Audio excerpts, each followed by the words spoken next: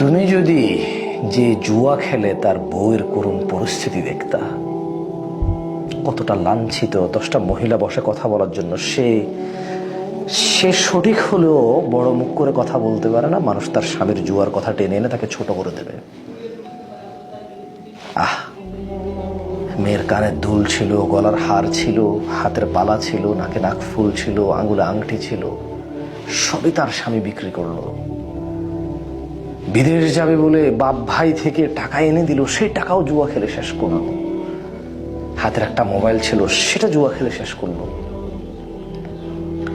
এরপর বউ তার জামাইয়ের মোবাইল না দেখে আর ঋণ করে আর একটা মোবাইল নিয়ে দিল। এরপরে তারপরও যখন জুয়া খেলে বউ জামাই রাতে ঝগড়া করে, স্বামী ওই জুয়ারি স্বামী ওই মোবাইলও আছাড় মেরে ভেঙে ফেললো। বউকে তালাক দিবে বলল। বাচ্চা কাচ্চা নিস্তব্ধ হয়ে এক কর্নারে দাঁড়িয়ে থাকে। কি ঝগড়া বাবা মায়ের। বাপ জুয়া খেলে, ঋণগ্রস্ত, মানুষের টাকা পয়সা দেয় না, সম্পদ বিক্রি করছে, অর্থ যা ছিল সব শেষ করছে, চাকরি বাকরি শেষ করছে। এমন কোনো খাত নাই যেখান থেকে সে ঋণ করে জুয়া খেলে নাই,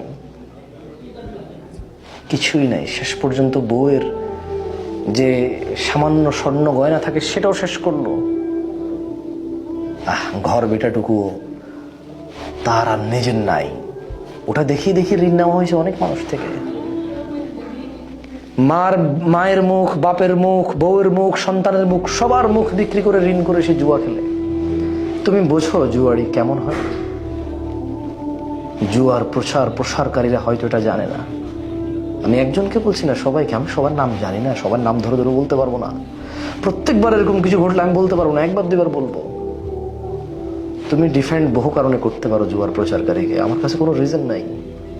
তোমার কাছে মনে হতে পারে একজন নিয়ে বলছি, 100 জন নিয়ে বলি নাই। আমি জুয়া সম্পর্কে বলেছি, জুয়ার প্রচারকারী সম্পর্কে বলেছি। পৃথিবী শুরু থেকে কিয়ামত পর্যন্ত সবার বিরুদ্ধে বলেছি। আমি কোনো এক ব্যক্তি বিশেষ বর্গকে বলি না।